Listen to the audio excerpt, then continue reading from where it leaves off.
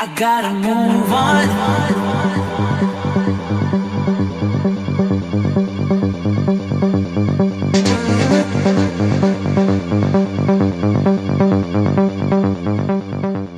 It's Rachel. Welcome back to another YouTube video. If you've been in the gym lifting, training your squat and deadlift for any length of time, chances are you've heard of the 5x5 lifting program or straight volume sets. But in today's video, I'm going to talk about 5 different alternatives to programming for your main movements that don't involve just straight volume. So let's just go ahead and hop right into the video. So starting with number 1, the by far most common approach I take with my powerlifting training is doing a top set and doing some back downs. So I'm gonna give an example from this week where I had a top set of 4 on bench and then a back off 3 sets of 5. So we'll hop into that right now. What I like the most about the top set and the back downs is you can really approach it with mental intensity, and you're going to be, that's what you're thinking about with your goal of the day. You're like, I have a top set of 3 at RP 7, so I wonder what I'm gonna hit today. Or if that's my goal in week 1, what am I gonna hit in week 2 versus week 3 versus week 4? That's your main focus of the training block. If you're a power lifter, what are you gonna get to your top set by the end? And then your back off sets, you can just chill, versus a straight volume approach, you're gonna be doing the same set for every single, same weight for every single set. But the top set is going to give you that intensity, and then when you back off, it's going to feel a lot lighter doing those back down sets than even when you were warming up, which is also nice. But with powerlifter, the goal is to lift more weight every single week, and so just doing that one set, focusing on that one set, that's going to fatigue you, fry you a lot, so you're going to want to do lighter back downs and still get that good volume and the technical proficiency on those back downs. The second approach, other than straight volume work, is going to be kind of similar to straight volume work, but doing a very, very light acclimation single prior to doing your straight volume work. I have an example from my deadlift workout this week where I did a very, very light top single and then followed by my back down straight volume work. I like this if you're working on technique, if you have some issues where you're trying to make it be speedy and quick and not pre-fatiguing yourself. So usually when I'm doing an acclimation single, it's like RP5, RP6 max.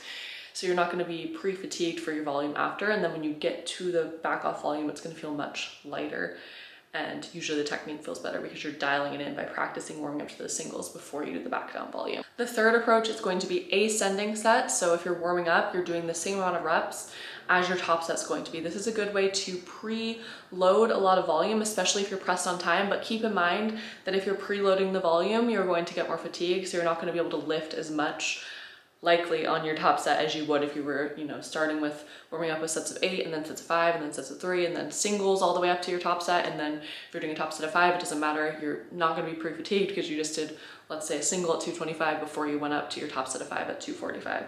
But if you're doing ascending sets, let's say you're going up to a set of 6 at RP7, you're going to do 6 reps, 6 reps, 6 reps. So 135 for 6, 185 for 6, 225 for 6, 255 for 6, 275 for 6, and then you're going to stop when you hit that RP7. Fourth method is going to be a pyramid. So let's say you're doing a top set of 6, RP5, and then you're going to do 5 reps, RP6, and then 4 reps, RP7. I like this approach if you haven't done specific rep ranges in a while. So maybe you're just coming off of powerlifting prep. For example, when I was coming off of my powerlifting prep in 2024 and then I got pregnant right after, I had no idea where I was at for volume rep ranges because I had been training singles for so long. So there was a time when I was doing 6, 5, 4, and I was also going from training with a belt to training without a belt, even though I was in my first trimester and I could have worn a belt, but obviously I didn't want to wear that during pregnancy. So I was getting reacclimated to the rep ranges and also a new technique and breathing pattern. So that's a good approach there. If you're just, starting with more reps, less weight, and you're building to heavier weight, less reps by the end. Last programming idea I'm going to give for this video, number 5, is going to be an AMRAP method. So I typically like AMRAPs if they're maybe at the end of a training block, or if you're going to do an AMRAP on a more conservative day, maybe placing it at the end of your workout. So if you do some straight volume sets, let's say you did a 3x5, and then at the end you're going to do an AMRAP, see how many reps you can get with that same weight, and you're doing a very conservative weight, and then you want to just push yourself on that last set, an AMRAP would be a good time and place for that. Or just at the very end of the training block, if you want to go all out, just see what you have with a certain weight. Just maybe you've been doing 135 for a long time and you really want to, like for me on bench, maybe I'd want to see how many reps that I can get at 135 if I've never tested that out before.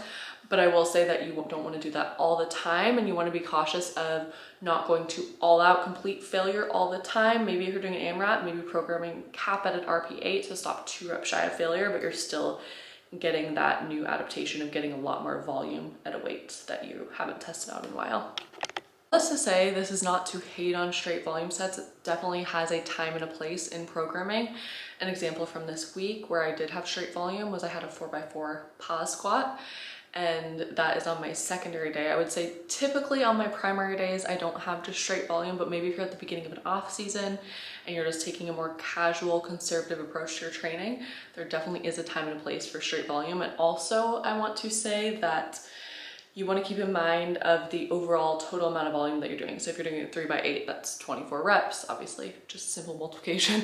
5x5, 25 reps. So you're going to want to keep in mind if you're doing less reps, you might want to do more sets. There have been times in my training where I've even done something as crazy as like a 10x5 or 12x3, just getting a lot of different rep ranges accumulated, a lot of total volume accumulated. But I also will say that if you're going to go crazy and get a ton of volume like that, you're going to want to make sure you go very, very conservative on the RP, like RP5 or less, and that's just going to be more technical proficiency over getting, you know, RP7, maybe even RP8, 5x5, less sets, more intensity with your training. So less isn't always more. Sometimes you do want to back off and do more volume at a lighter, more conservative RPE. There's a time and a place for everything. And also you obviously want to periodize your training. So if you're doing a strength phase, maybe start with those sets of 8, and then next month do sets of 7, next month do sets of 6, or something similar along those lines. But anyways, that is all for today's YouTube video. Thank you so much for watching. Please let me know what you want to see in future videos. And I hope you have a great rest of your day, and I'll see you next week for another video. Bye.